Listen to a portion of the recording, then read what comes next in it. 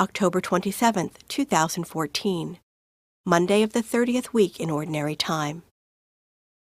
A reading from the letter of St. Paul to the Ephesians. Brothers and sisters, be kind to one another, compassionate, forgiving one another as God has forgiven you in Christ. Be imitators of God as beloved children and live in love, as Christ loved us and handed himself over for us as a sacrificial offering to God for a fragrant aroma. Immorality, or any impurity or greed, must not even be mentioned among you, as is fitting among holy ones.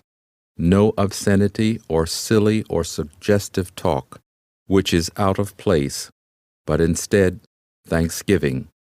Be sure of this, that no immoral or impure or greedy person, that is, an idolater, has any inheritance in the kingdom of Christ and of God. Let no one deceive you with empty arguments, for because of these things the wrath of God is coming upon the disobedient. So do not be associated with them. For you were once darkness, but now you are light in the Lord. Live as children of light. The word of the Lord. Responsorial Psalm. The response is, behave like God as his very dear children. Bless the man who follows not the counsel of the wicked, nor walks in the way of sinners, nor sits in the company of the insolent, but delights in the law of the Lord, and meditates on his law day and night. Behave like God as his very dear children. He is like a tree planted near running water, that yields its fruit in due season, and whose leaves never fade. Whatever he does prospers. Behave like God as his very dear children. Not so the wicked, not so. They are like chaff, which the wind drives away.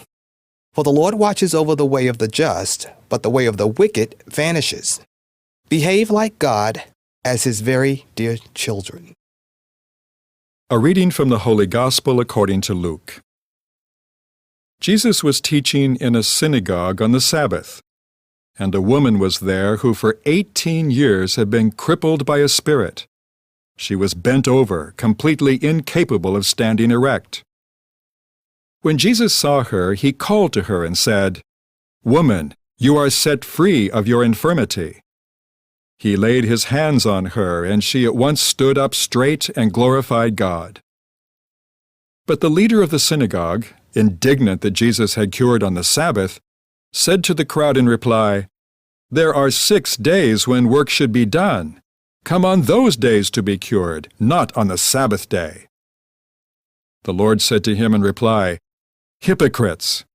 Does not each one of you on the Sabbath untie his ox or his ass from the manger and lead it out for watering? This daughter of Abraham, whom Satan has bound for 18 years now, ought she not to have been set free on the Sabbath day from this bondage?" When he said this, all his adversaries were humiliated, and the whole crowd rejoiced at all the splendid deeds done by him. The Gospel of the Lord.